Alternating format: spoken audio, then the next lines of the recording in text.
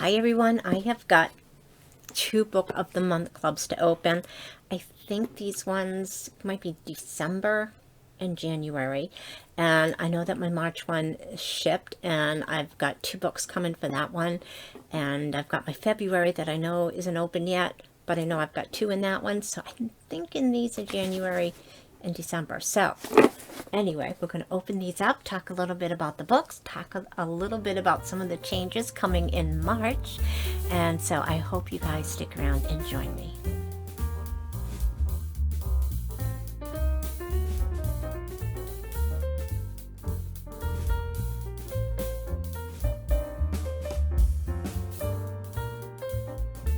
Hi everyone, I'm Nancy and welcome back to my channel.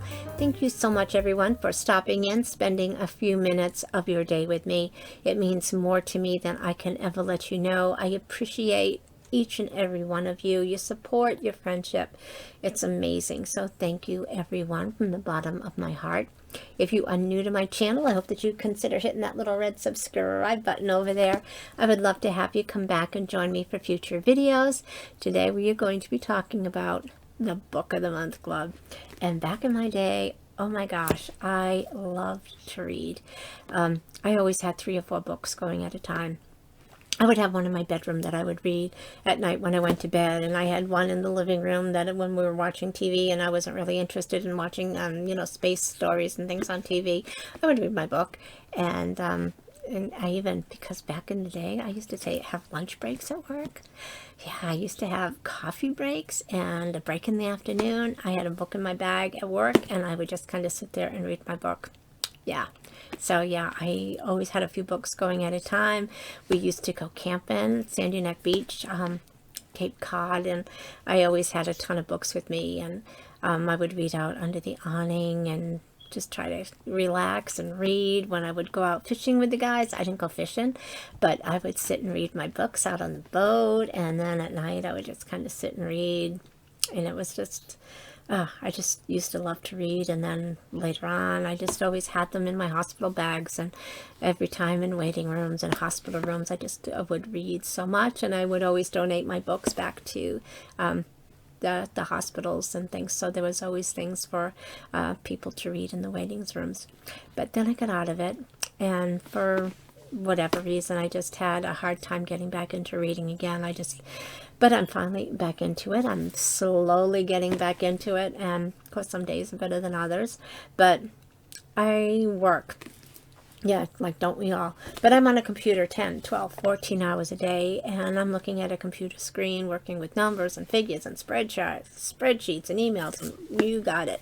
So when I finish work for the day and I log onto YouTube, here I am on the computer again, watching videos and commenting. So when I finally stop for the night, it's like 11:30, 12 o'clock at night.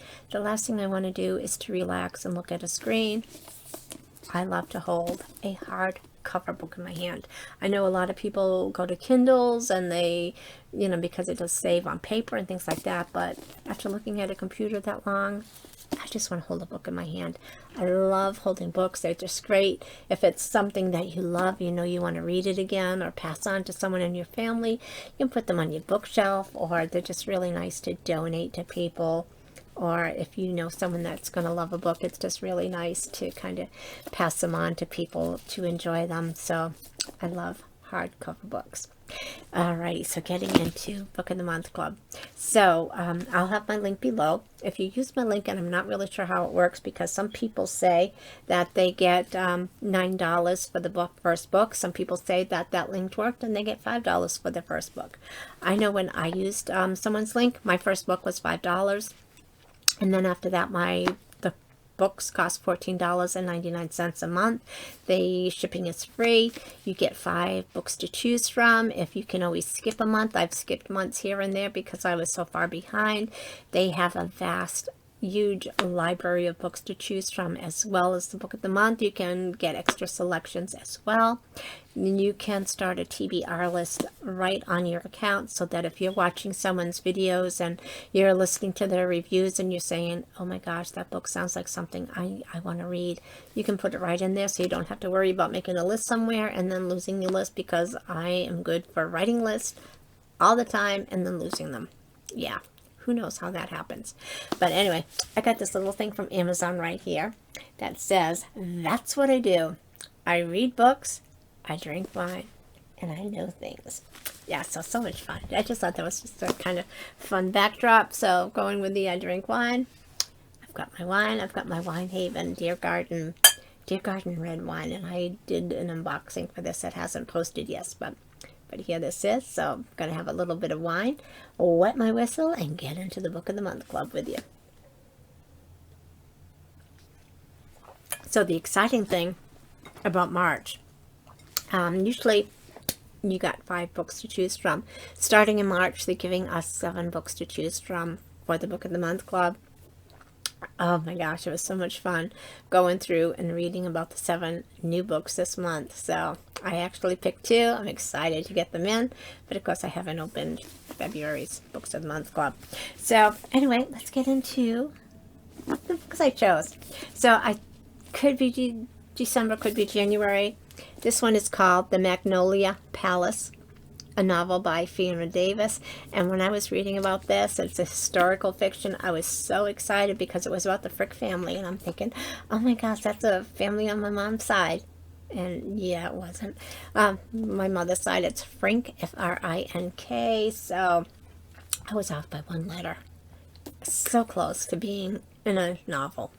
But anyway, so this is a historical fiction, and it's a rich tale suffused with intrigue, mystery, and betrayal that swirls around the history of the infamous Frick family. So 8 months since losing her mother in the Spanish flu outbreak of 1919, 21-year-old Lillian Cotter's life has completely fallen apart. For the past 6 years, under the moniker Angelica, Lillian was one of the most sought-after artist models in New York City, with statues based on her figure gracing landmarks from the Plaza Hotel to the Brooklyn Bridge. But with her mother gone, a grieving Lillian is rudderless and desperate. The work has dried up, and looming scandal has left her entirely without a safe haven. So when she stumbles upon an employment opportunity at the Frick Mansion, a building that, ironically, bears her own visage, Lillian jumps at the chance. But the longer she works as a private secretary to the imperious and demanding Helen Frick, the daughter and heiress of the industrialist and art patron Henry Clay Frick, the more deeply her life gets intertwined with that family, pulling her into a tangled web of romantic tryst, stolen jewels, and family drama that runs so deep the stakes just might be life or death. So nearly 50 years later, the mod English model Veronica Weber has her own chance to make her career, and with it, earn the money she needs to support her family back home. Within the walls of the former Frick residence, now converted into one of New York City's most impressive museums. But when she, along with the charming intern, budding art curator named Joshua, is dismissed from the Vogue shoot taking place at the Frick collection, she chances upon a series of hidden messages in the museum. Messages that will lead her and Joshua on a hunt that reveal the truth behind a decades-old murder in the infamous Frick family. Does that not sound exciting, or does that not sound exciting? I like that it's historical fiction. I love that it's kind of taking place over a couple of different decades, and you just have the history and the intrigue, the scandal.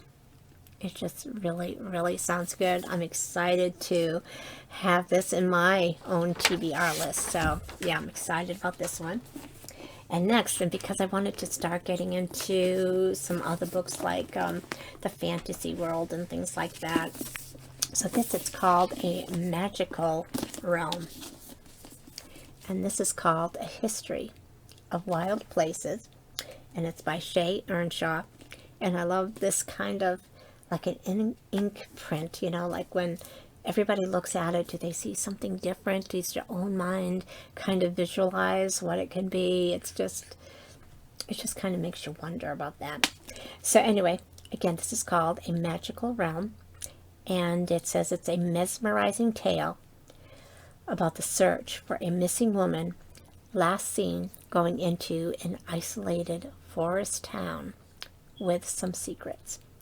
So it says Travis Wren has an unusual talent for locating missing people. Hired by families as a last resort, he requires only a single object to find the person who has vanished. When he takes on the case of Maggie St. James, a well-known author of dark, macabre children's books. I don't understand why you would have a dark, macabre children's books. Children's books should be happy, not macabre, but that's my own opinion. But anyway, he's led to a place many believed to only be a legend. Called Pastoral, this reclusive community was founded in the 1970s by like-minded people searching for a simpler way of life. By all accounts, the commune shouldn't exist anymore, and soon after Travis stumbles upon it, he disappears, just like Maggie St. James. Years later, Theo, a lifelong member of Pastoral, discovers Travis's abandoned truck just beyond the border of the community. No one is allowed in or out, not when there's a risk of bringing disease or rot into Pastoral. Unraveling the mystery of what happened reveals secrets that Theo, his wife Calla, and her sister Bee keep from one another. Secrets that prove their perfect, isolated world isn't as safe as they believed, and that darkness takes many forms. Hauntingly beautiful, hypnotic, and bewitching, A History of Wild Places is a story about fairy tales, our fear of the dark, and losing yourself within the wilderness of your mind. Alrighty, so how can you read that and not want to pick up this book and read it? Oh my gosh, so yeah, I think I've got two great books here. Like I said, I didn't print the other options that were that month. I'm sure they were just as good. These ones just kind of grabbed my attention, grabbed my imagination. I want to pick up a book some Friday or Saturday night and start reading about 12 midnight once I've shut YouTube off for the night, and just not put it down. I want to find that book again that just kind of takes you, just mind just gets wrapped into this book and takes you into a different world, and you have to read that book start to finish. I used to have some books like that, and oh my gosh, I have not found one since. I've had some that have come close, but not yet, and I'm just looking for that book that's going to just kind of whisk me away, make me think about it. I think that's what I like about mysteries and suspense things, is because your mind fills in the blanks. And sometimes, you know, when you read books and then they make it into a movie, what you see in your mind is so much better than the actual movie, because your mind just sees things differently. And I don't know, it's just an exciting kind of place to be, to find a book that kind of grabs your attention and just keeps your mind occupied. And yeah, so anyway, that's what I'm looking forward to. But anyway, I hope that maybe I piqued your interest into getting back into reading. I know sometimes after high school, when all we've had to do is read book after book after book and do thesis and reports and blah blah blah, and so sometimes it becomes a chore when you get older, but it is a nice way to kind of relax and unwind and just kind of let yourself go into a mysterious world someplace, whether you're like romantic books or scientific books or fantasy or historical fictions. It's just I'm just can't wait for that to really set in and just set me off again. But anyway, I want to thank you guys so much for stopping in and visiting with me. Like I said, you guys are amazing, and I am so blessed and so lucky to have you guys in my life. So I really, really appreciate it. I would love to hear your comments if you are in the Book of the Month Club, some books that I should really add to my TBR collection, or if you've read these books without giving me any of the what is that called? I don't want to know the full story of the book, but if these books held your interest and if you love them as much as it sounds like I'm going to, and yeah, so just thanks again. And if you are not a member of the Book of the Month Club, feel free to use my subscription, get a discount on your first book, and I hope you get some really great books. And so thanks again, everybody, and I hope that you guys go out, have an amazing rest of the week, and we will all chat again soon. Love you guys so much. Bye-bye. Don't forget to give this video a thumbs up. Talk to you soon. Bye-bye, everyone.